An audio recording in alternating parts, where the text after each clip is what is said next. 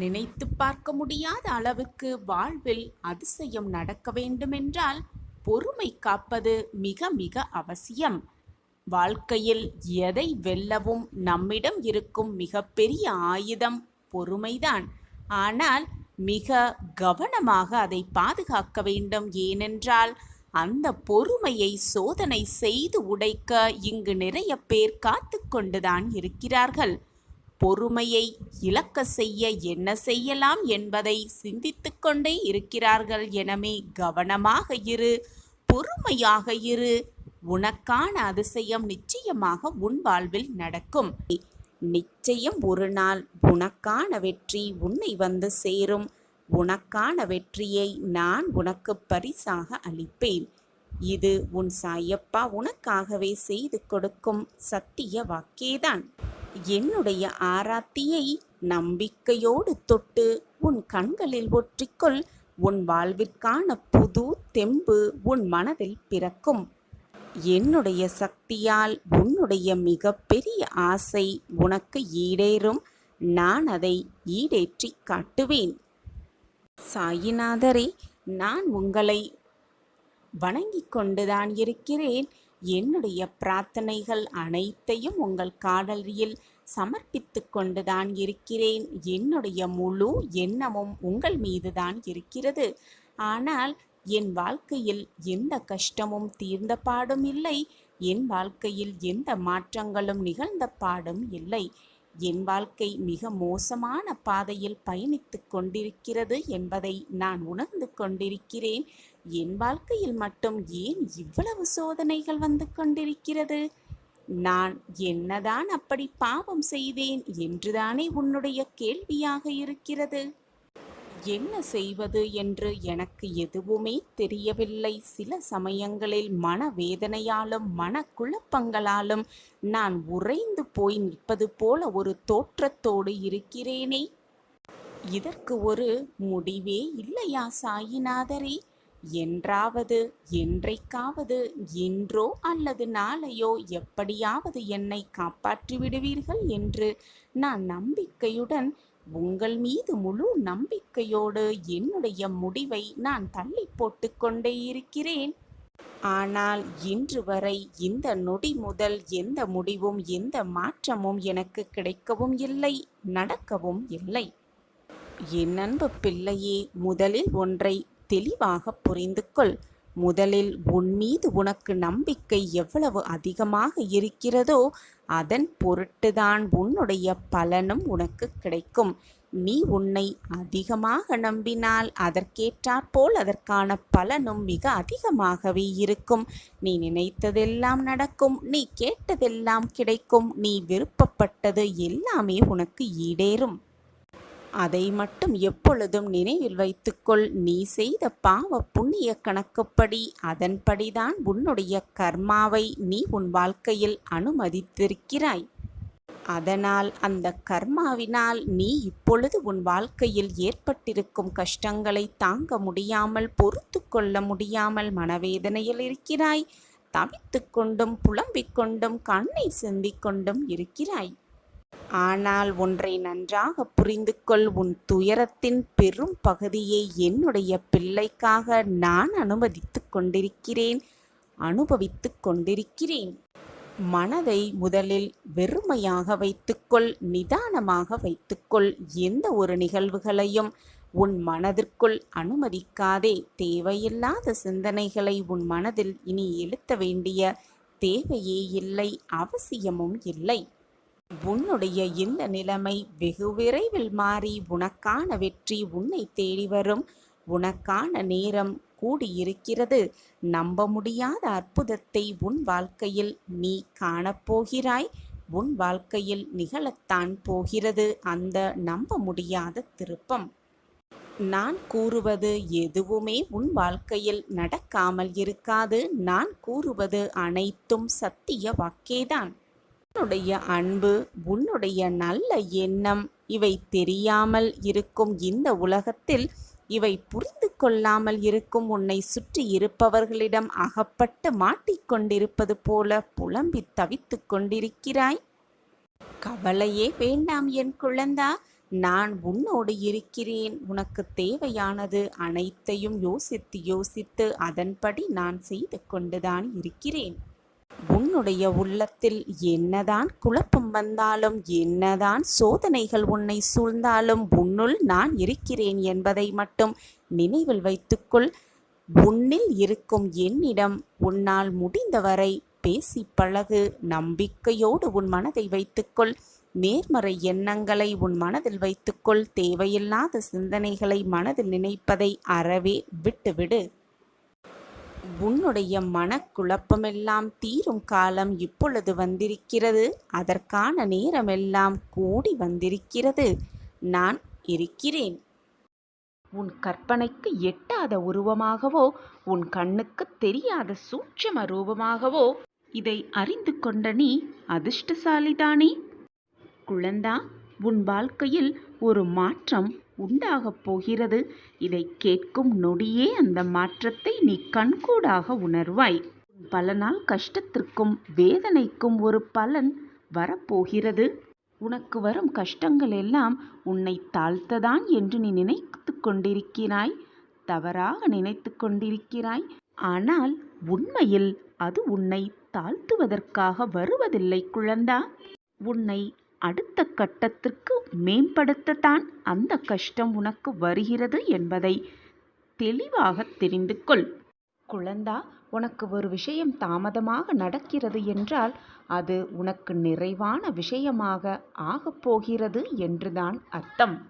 குழந்தையே, நான் உன்னை சோதிப்பேனே தவிர கைவிடவே மாட்டேன்.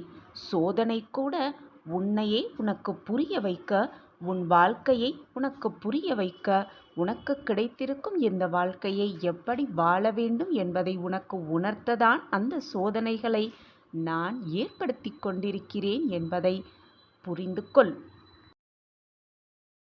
உன்னை சுற்றி இருப்பவர்கள் உன் மனதை துரத்தி வெறுத்து வைக்கிறார்கள் என்று நினைக்காதே. உன் மனதை காயப்படுத்துகிறார்கள் என்று அவர்களோடு வாதம் செய்யாதே. அந்த தருணத்தை மிக அமைதியாக கடந்து சென்றுவிடு. அந்த தருணத்தில் அமைதியாக இருந்துவிடு. இருந்து உன்னுடைய பிரகாசமான செயல்களால் அவர்களுக்கு உணர்த்து நீ யாரென்று, எப்படிப்பட்டவர் என்பதை அவர்களுக்கு உணர்த்து உன் செயலால். ஒவ்வொரு விஷயத்திலும் கவனம் தேவை என் பிள்ளையே. அதை ஒவ்வொரு செயலிலும் யோசித்து யோசித்து செயல்படுத்து. அதுவே உன் வாழ்வுக்கு நல்லதும் கூட. உனக்கான ஒரு நல்லதொரு வாழ்க்கை காத்து கொண்டிருக்கிறது. அது உன்னுடைய எல்லா வலிகளுக்கும் எல்லா வேதனைகளுக்கும் மருந்தாகவே இருக்கப் போகிறது. இன்னும் உன் வாழ்க்கையில் பல இருக்கிறது அரங்கேற. அதுவரை பொறுமையாக காத்திரு. அந்த அழகிய நாட்களை, உனக்கு அரங்கேறப் போகும் அந்த அழகிய நிகழ்வுகளை நிகழ்வதற்காக காத்து கொண்டிரு. பொறுமையாக, நிதானமாக. உன் வாழ்க்கையில் நீ சிந்திய அத்தனை கண்ணீருக்கும், உன் மன வேதனைப்பட்ட அத்தனை வேதனைகளுக்கும் நான் கொடுக்கும் பதில்தான் உன்னுடைய வாழ்வு. உனக்காக எல்லாம் நிறைந்த எதிர்காலம் காத்து கொண்டிருக்கிறது. தொட முடியாத உச்சத்திற்கு உன் வாழ்வில் நீ வளரப்போகிறாய்.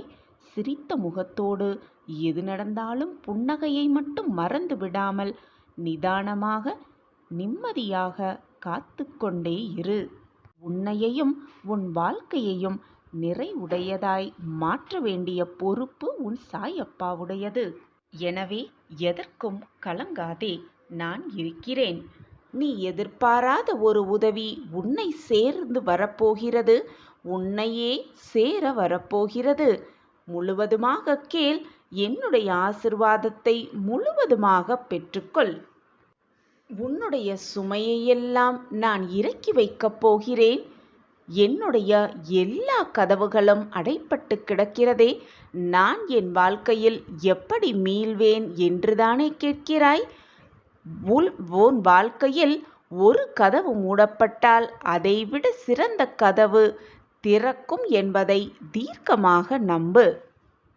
நீ எப்பொழுதுமே கஷ்டமான சூழ்நிலையில் இருந்து கொண்டு என் வாழ்க்கையில் கஷ்டம் மட்டுமே நிரம்பி இருக்கிறது, என் கதவுகள், எனக்கான வழி அத்தனையும் அடைப்பட்டு விட்டது என்று அடைப்பட்ட கதவை மட்டுமே பார்த்து கொண்டிருந்தால் உனக்காக திறக்கப்படும் கதவுகள் உன் கண்களுக்கு தெரியாது, உன் புத்திக்கும் எட்டாது. எனவே சோதனைகளையும் கஷ்டங்களையும் துன்பங்களை மட்டுமே சிந்தித்து கொண்டிருப்பதை விட நீ எப்படி மாற வேண்டும், உன் வாழ்வு எப்படி மாற வேண்டும், மாற்ற வேண்டும் என்பதை சிந்தனை செய். நீ நினைப்பதற்கு மேலாக உன் வாழ்வு வெற்றிகரமாகவே இருக்கும். என்னுடைய மனதில் முழுமையாக இடம் பிடித்த உனக்கு என்னுடைய அருளும் ஆசிர்வாதமும் எப்பொழுதுமே உண்டு. நீ என்னுடைய பொக்கிஷம், நான் கண்டெடுத்த பொக்கிஷம். நீ நினைத்தால் அசாத்தியம் கூட சாத்தியமாகும். நீ நினைத்தால் நீ நினைப்பதற்கு மேலாகவே உனக்கு நல்லதை நான் வாரி வாரி வழங்குவேன். நீ கேட்ட வரம் அனைத்தையும் தருவதற்காகவே இந்த நாளை நான் தேர்ந்தெடுத்திருக்கிறேன். இது உனக்கான சரியான நாள்தான். நீ இது நாள் வரை என்னிடம் பிரார்த்தனையாக வைத்தது, என்னிடம் வேண்டி விரும்பி கேட்டது, என்னிடம் என் வாழ்க்கை நன்றாக இருக்க வேண்டும் என்று உன் ஆசையை வைத்தது, இப்படி அனைத்தையும் சேர்த்து உனக்கு அனைத்தையும் வாரி வாரி வழங்குவதற்காகவே இந்த நாளை நான் தேர்ந்தெடுத்திருக்கிறேன். இது சரியான நாள்தான். இன்று முதல் உன் வாழ்வு சிறக்கப் போகிறது. இனி என்னுடைய அற்புதங்களும் அதிசயங்களும் உன் வாழ்வில் நிகழ்ந்தே தீரும். நீ கேட்டதை மட்டும் நான் கொடுப்பதில்லை, நீ கேட்காததையும் சேர்த்தே நான் கொடுப்பேன். உன் வாழ்க்கைக்கு எது நல்லது, உன் வாழ்க்கைக்கு எது கொடுத்தால் நீ சந்தோஷமாகவும் இன்பமாகவும் இருப்பாய் என்பதை நான் சிந்தனை செய்துதான் உனக்கு வழங்கி கொண்டிருக்கிறேன். என் பார்வை எப்பொழுதும் உன் மீதுதான் இருக்கிறது. உன்னை மீறி என் வாழ்க்கையில் எதுவும் தவறாக நிகழாது. தேவைகளையும் எதிர்பார்ப்புகளையும் எவ்வளவுக்கு எவ்வளவு குறைத்து கொள்கிறாயோ அவ்வளவுக்கு அவ்வளவு மன நிம்மதியும் அமைதியும் உனக்கு கிடைக்கும். எனவே எதிர்பார்ப்போடு உன் வாழ்க்கையை வாழாதே. அப்பொழுதுதான் எதிர்பார்ப்பு தவறிவிட்டால் நீண்ட மனவேதனையை அனுபவிக்கிறாய். உன் பிரச்சனைகளை பற்றியே சிந்தித்து கொண்டிருந்தால் இன்னும் பிரச்சனைகள் வந்து கொண்டேதான் இருக்குமே தவிர அது குறையவே குறையாது. நீ தீர்வுகளை பற்றி சிந்திக்க ஆரம்பித்தால் நிறைய வாய்ப்புகள் உன் கண்ணெதிரே இருப்பது போல ஒரு தோற்றம் உனக்கு இருக்கும். எனவே பிரச்சனை பற்றி மட்டுமே சிந்தித்து கொண்டிருக்காமல் அதிலிருந்து எப்படி வெளியே வருவது, வெற்றிகரமான வாழ்க்கையை எப்படி வாழ்வது என்ற சிந்தனையை மேலோங்க செய். நீ நினைத்தது போல உன் வாழ்வில் எல்லாமே சுபமாகவும் சுகமாகவும் நிகழும். வாழ்க்கை என்பது இன்பமும் துன்பமும் கலந்து இருப்பதுதான். அது ஒரு புத்தகம் போல. ஆனால் ஏதோ ஒரு பக்கத்தில்தான் நமக்கு தேவையானது இருக்கும். அதற்காக அந்த பக்கம் வரும் வரை நாம் பக்கத்தை அடுத்து அடுத்து எடுத்துக்கொண்டுதான் இருக்க வேண்டுமே தவிர எடுத்த எடுப்பிலேயே உனக்கான பக்கத்தில் நீ நுழைய முடியுமா, அல்லது எடுத்துவிடத்தான் முடியுமா? பொறுமையாக நம்பிக்கையோடு நீ ஒவ்வொரு பக்கத்தையும் மாற்றி மாற்றி எடுத்துக்கொண்டே இருக்க வேண்டும். அப்பொழுதுதான் உனக்கான பக்கம், உனக்கான வாழ்வு வரும் வரை பொறுமையோடு காத்திரு. ஒரு அடர்ந்த காட்டில் ஒரு துறவி தியானம் செய்து கொண்டிருந்தார்.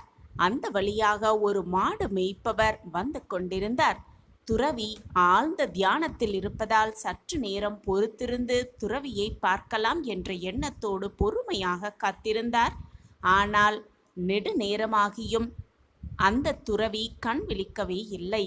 என்ன ஆனாலும் அந்த துறவியை பார்த்துவிட்டு அவரிடம் ஆசிர்வாதத்தை பெற்றுக்கொண்டுதான் நாம் நகர வேண்டும் என்ற நம்பிக்கையோடு பொறுமையோடு காத்திருந்தார். அவர் பொறுமைக்கு நல்ல பதில் கிடைத்தது. துறவியும் கண் விழித்தார். அந்த துறவி கண் விழித்ததும் அந்த மாடு மேய்ப்பவர் துறவியிடம், துறவியரே, இத்தனை நாட்களாக தியானத்தில் இருந்தீர்களே, இந்த தியானத்தில் தாங்கள் அப்படி என்ன கற்றுக்கொண்டீர்கள்? எனக்கும் கூறுங்கள்.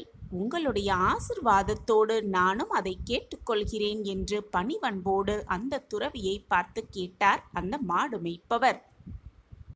இந்த கேள்வி அனைத்தையுமே கேட்டுவிட்டு அவரை நன்றாக உற்று கவனித்தார் அந்த துறவி. ஆனால் அமைதியாகவே இருந்தார். உடனே அந்த மாடு மேய்ப்பவர் மீண்டும் அந்த துறவியிடம், துறவியாரே, நான் உங்களை தான் கேட்கிறேன். இவ்வளவு காலமாக தியானத்தில் இருந்தீர்களே, அந்த தியானத்தில் தாங்கள் கற்றுக்கொண்டது என்ன? அதை என்னிடம் சற்று கூறினால் நானும் உங்களுடைய ஆசிர்வாதத்தோடு அதை தெரிந்து கொள்வேனே என்று மீண்டும் பணிவன்போடு கேட்டார் அந்த மாடு மேய்ப்பவர்.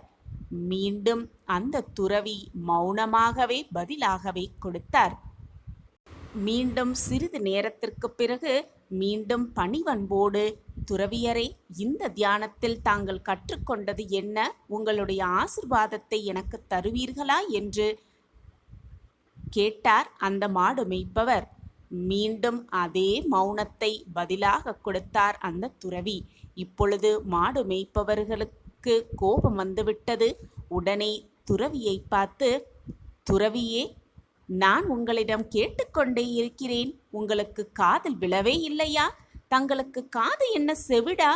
ஏன் இப்படி கேள்வி கேட்டும் பதில் கூறாமல் இருக்கிறீர்களே என்று சற்று கோபமாக கேட்டார் அந்த மாடு மேய்ப்பவர். இப்பொழுது இந்த நொடி தன்னிடம் கோபமாக பேசிய அந்த மாடு மேய்ப்பவரிடம் பேசத் துவங்கினார் அந்த துறவி. இப்படித்தான் பல பேர் வாழ்க்கையில் முதலில் பொறுமையாக இருக்கிறார்கள். ஆனால் மிக சீக்கிரத்திலேயே தங்களுடைய பொறுமையை இழந்து கோபப்படுகிறார்கள். அதைதான் நீயும் செய்திருக்கிறாய். ஆனால் நான் எப்பொழுதும் பொறுமை இழக்கவே மாட்டேன். யார் என்னை என்ன சொன்னாலும் என்ன கூறினாலும் நான் பொறுமை இழக்கவே மாட்டேன். வார்த்தைகளில்தான் இருக்கிறது அனைத்துமே. நீ அமைதியாக கேட்கும் பொழுதும் நான் பொறுமையாக இருந்தேன். நீ கோபமாக கேட்கும் பொழுதும் நான் பொறுமையாக இருந்தேன். இதுதான் நீயும் கடைபிடிக்க வேண்டும்.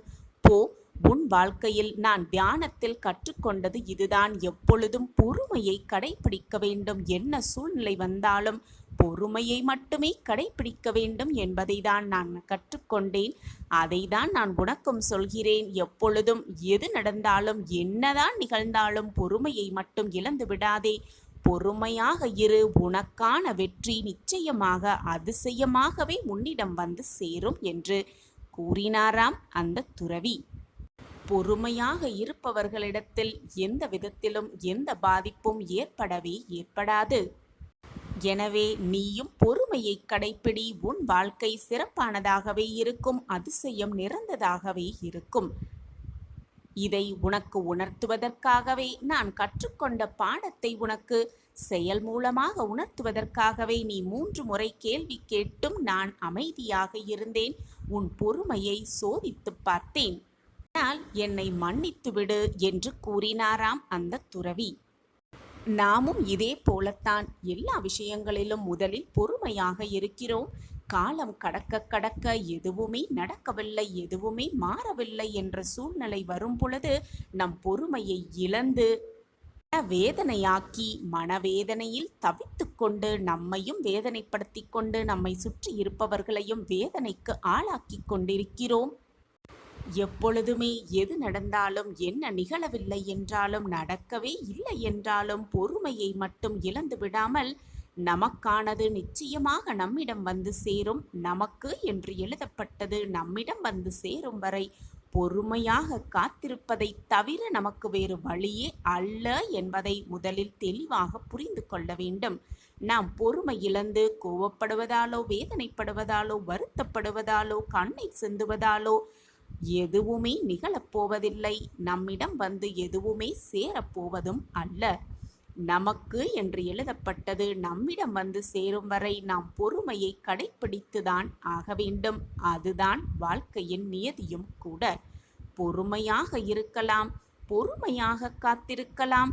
நடக்கவே நடக்காது என்று நினைத்தது கூட அதிசயமாக நம் வாழ்வில் நடப்பதற்கான அத்தனை சாத்தியக்கூறுகளும் நம் வாழ்வில் நிகழும். பொறுமைக்கான பதில் நிச்சயமாக கிடைக்கும்.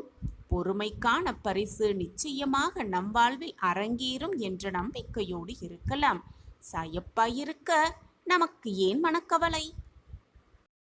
நான் உனக்கு கொடுக்க போகும் தீர்ப்பு இறுதியான தீர்ப்பு. ஒரு கண நொடி போதும் உன் வாழ்க்கையையும் உன் விதியையும் மாற்றியமைக்கும் சக்தி உன் அப்பாவிற்கு உண்டு என்று உனக்கு தெரியுமல்லவா? என்னை நம்பு, உனக்கு அனைத்தும் நல்லதாகவே நடக்கும். அளவில்லாத மகிழ்ச்சிக்கு உன்னையும் உன் வாழ்க்கையையும் கொண்டு செல்வதற்காகவே இத்தனை நாள் இத்தனை போராட்டங்களை நீ சந்தித்துக் கொண்டிருக்கிறாய். உன் வாழ்க்கையில் நடந்த அத்தனையும் போராட்டங்கள், அவமானங்கள், விரக்திகள், வேதனைகள், இதுதான் கடந்து வந்திருக்கிறாய். பொறுமையாக இரு, அனைத்தும் உன் வாழ்வில் வசமாகும். எதையும் எதிர்கொண்டு வாழ்வோம் என்று இன்றைய துணிச்சல் நாளை உனக்கு வரும் துன்பத்தை கூட துரத்தி அடிக்கும். எனவே எப்பொழுதும் எதிலும் துணிவோடு செயல்படு, துணிச்சலோடு இரு, தைரியமாக இரு, கலங்கி நிற்காதே, போராடு, போராடிக்கொண்டே இரு. வாழ்க்கையில் வெற்றியை மிக சுலபமாக அடைந்தே விடலாம். நம்பிக்கைதான் வாழ்க்கை குழந்தையே, நம்பிக்கைதான் வாழ்க்கையாகவே இருக்கும். எப்படி வேணாலும் வாழ்ந்து விட்டு போ, ஆனால் உன்னால் மற்றவர்கள் யாருமே கண்ணீர் சிந்தவோ வேதனைப்படவோ அழிந்து விடவும் கூடாது என்ற கொள்கையோடு உன் வாழ்க்கையில் வாழ். அதுவே உன் வாழ்க்கைக்கு மிகவும் நல்லது. எப்பொழுதும் வெட்டிவிட்டாலும் தட்டிவிட்டாலும் எத்தனை முறை தள்ளிவிட்டாலும் மீண்டும் முளைத்து வரும் மரம் போல் இரு என் குழந்தையே. எது நடந்தாலும் போராடி முட்டி வந்து விடலாம் என்ற தைரியத்தோடு இரு. உன் வாழ்க்கையில் நீ விருட்சம் போல மிக சுலபமாக வளர்ந்து விடலாம். மிக பிரம்மாண்டமாக உன் வாழ்க்கையை வாழ்ந்தும் விடலாம். நீ எடுத்து வைக்கும் பாதையிலும் சரி, நீ எடுத்து வைக்கும் முயற்சிகளிலும் சரி, எப்பொழுதுமே தடைகள் 1000 இருக்கும். தடைகள் இல்லாமல் எந்த ஒரு முயற்சியும் வெற்றி அடையவும் அடையாது. ஒரு செயலை முடிக்க 1000 முயற்சிகள் எடுத்தால் அதில் குறைந்தது 100 தடவையாவது தடைகள் இருக்கும். தடைகளை உடைத்து முன்னேறி செல்பவனே வாழ்வில் வெற்றியை பறித்து விடலாம் மிக சுலபமாக. தடைகள் 1000 வந்தாலும் அடியெடுத்து வைத்து முன்னேறி கொண்டே இரு. உன் வாழ்க்கை உனக்கு வசப்படும். தடைகள் பல வரலாம் குழந்தையே, தட்டி பறிக்க கூட்டமும் பல வரலாம். எதை கண்டும் அஞ்சாதே, எப்பொழுதும் துணிந்து நில். உனக்கு துணையாக உன் அப்பா இருக்கிறேன் என்பதை மனதார நம்பு. எப்பொழுதுமே முன்வைத்த காலை பின் வைக்காதே, பின் வைக்கும் எண்ணத்தை கூட விட்டுவிடு. நீ எடுத்து வைக்கும் ஒவ்வொரு அடியும் வெற்றியின் படிகளாகத்தான் இருக்கும். வெற்றி அடைவதற்கான அடியாகவே இருக்கும். அதற்கு உன் சாய் அப்பாதான் சாட்சி. என் வார்த்தைகளின் மீது நம்பிக்கை வைக்கிறாய்தானே? அப்படியென்றால் துணிந்து நில், எதிர்த்து போராடு, வாழ்க்கையை வெல்லலாம் வா குழந்தையே. எப்பொழுதும் மனதை நிம்மதியாக வைத்துக்கொள். மனது நிம்மதியாக இருந்தாலே சந்தோஷம், அடுத்து என்ன எடுக்க வேண்டும் என்ற உறுதுணையான முடிவு, உறுதியான முடிவு, மகிழ்ச்சி, ஆனந்தம் எல்லாமே ஒவ்வொன்றாக உன் மனதிற்கு வரும். மனது நிம்மதியாக இருந்தாலே பிரச்சனைகளுக்கான தீர்வை மிக சுலபமாக எடுத்துவிடலாம். நிம்மதியாக இருந்தால் ஒரு நிமிடம் கூட வீணாகாது. அதுவே உன் மனதில் நிம்மதி இல்லாவிட்டால் நிமிடம் என்ன, வாழ்நாளே வீணாகிவிடும் குழந்தையே.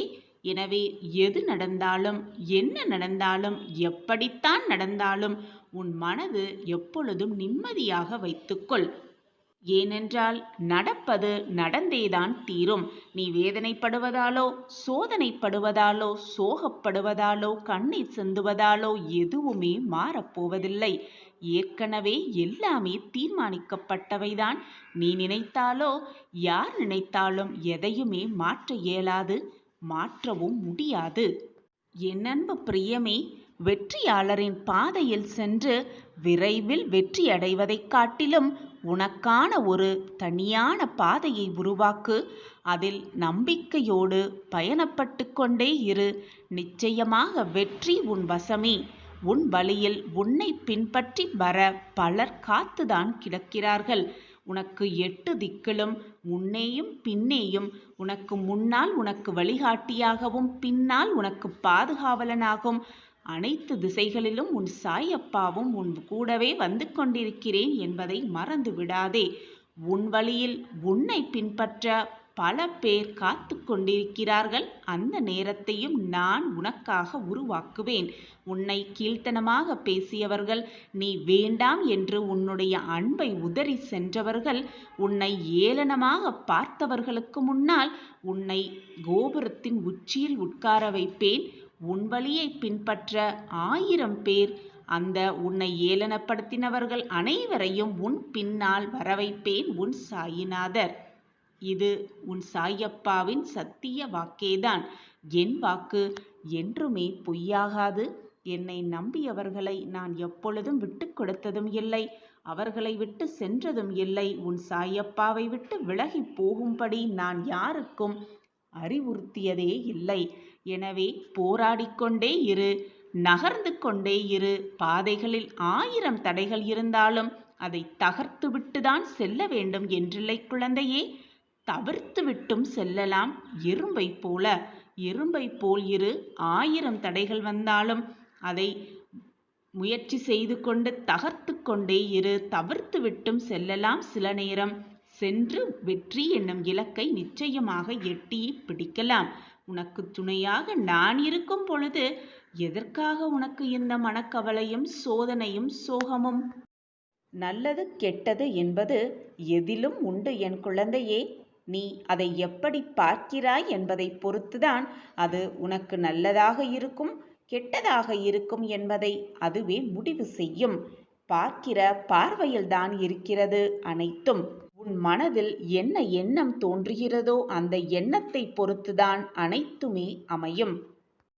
எப்பொழுதுமே எதையாவது தேடிக்கொண்டே இருக்காதே. இருப்பதை தொலைக்காமல் பார்த்துக்கொள். அதுவே உன் வாழ்க்கைக்கு நிம்மதியை தரும். இருட்டில் நின்று கொண்டு இருட்டையே தேடாதே. வெளிச்சத்தில் நின்று கொண்டு வெளிச்சத்தையே தேடாதே. இது மிகப்பெரிய முட்டாள்தனம் குழந்தையே. அடுத்து என்ன நடக்கும் என்ற பயத்துடனே எப்பொழுதும் வாழாமல், எது நடந்தாலும் மோதி பார்த்து விடலாம், எது நடந்தாலும் பார்த்து விடலாம் என்ற நம்பிக்கையோடு வாழ். எது நடந்தாலும் உனக்கு அது மிக பெரியதாக தெரியாது. எல்லாமே சிறியதாகத்தான் தெரியும். நான் உனக்கு அருகில் இருக்கும் பொழுது வீணாக மனக்குழப்பம் ஏன்? நான் இருக்கிறேன். தேவையில்லாததை நினைத்து நினைத்து அதிகமாக யோசித்து கொண்டே இருப்பதால்தான் மகிழ்ச்சி நம் வாழ்க்கையில் இல்லாமலேயே போய்கொண்டிருக்கிறது. வாழ்க்கையில் மகிழ்ச்சியே இல்லாத தன்மையாக வாழ்வு மாறுவதற்கான ஒரே காரணம் அளவுக்கு அதிகமாக யோசிப்பதுதான். வருவது வரட்டும், போவது போவட்டும், நடப்பது நடக்கட்டும் என்று வாழ்ந்துவிட்டு போகலாமே. சாயப்பா இருக்க நமக்கு ஏன் மனக்கவலை? உன்னுடைய பலவீனத்தையே பலமாக மாற்ற முயற்சி செய். நீ எட்டாத இடத்தை நிச்சயமாக எட்டி பிடிக்கலாம். நடக்காது என்று நினைத்ததை நிச்சயமாக நிறைவேற்றிக் கொள்ளலாம். நம் வாழ்க்கையில் இதுவெல்லாம் நடக்குமா என்று நீ கேள்விக்குறியோடு பார்த்த அத்தனை விஷயங்களையும் நமக்கே உரியதாக்கிக் கொள்ளலாம். பொறுமையாக இருந்து நம்பிக்கையாக இருந்து நமக்கானதை நிச்சயமாக பெற்றுக்கொள்ளலாம். சந்தோஷமாகவும் நிம்மதியாகவும் நம் வாழ்க்கையை வாழலாம். என் அன்பு பிள்ளையே, வாழ்க்கை என்பது நீ நினைக்கும் அளவிற்கோ, நீ பயப்படும் அளவிற்கோ, நீ குழம்பும் அளவிற்கோ அவ்வளவு குழப்பம் நிறைந்ததானது அல்ல உன்னுடைய வாழ்க்கை. ஒரு யதார்த்தத்தை நீ புரிந்து கொண்டால் அதுவே உன் வாழ்க்கையில் நீ வெற்றியடைவதற்கான மிக சிறந்த வழியாகவே இருக்கும். வாழ்க்கை பயணத்தை எப்படி செலுத்த வேண்டும் என்ற வழியும் உன் கண்களுக்கு மிக நன்றாகவே புலப்படும். எது வந்தால் என்ன, என்னுடைய வாழ்க்கை அந்த இறைவனால் எனக்கு கொடுக்கப்பட்டது. என்னால் இந்த வாழ்க்கையை வாழ முடியும் என்று இறைவன் அந்த வாழ்க்கையை எனக்கு கொடுத்திருக்கிறார். எதுவுமே இங்கு நிரந்தரமே அல்ல. கஷ்டமானாலும் துன்பமானாலும் சந்தோஷமானாலும் மகிழ்ச்சியானாலும் அனைத்தையும் அனுபவிக்க கூடியது நான் தான். இந்த வாழ்க்கையை வாழ்வது நான் தானே என்ற எண்ணம் உன் மனதில் இருந்தால் போதும். எது வந்தாலும் மனம் சோர்வடையாது, வாழ்க்கை விரக்தியடையாது. இந்த வாழ்க்கை ஏன் எனக்கு மட்டும் கஷ்டமாக இருக்கிறது என்ற சொல் உன் மனதில் எழவும் எழாது. வருவது வந்து கொண்டே இருக்கட்டும், போவது போய்கொண்டே இருக்கட்டும். கஷ்டமோ சந்தோஷமோ எல்லாம் ஒரு நாள் வந்த வழி தெரியாமல் போகத்தான் வேண்டும். போனது அனைத்தும் அதே வழியில் மீண்டும் திரும்பத்தான் செய்யும். இதுதான் வாழ்க்கையின் நியதி.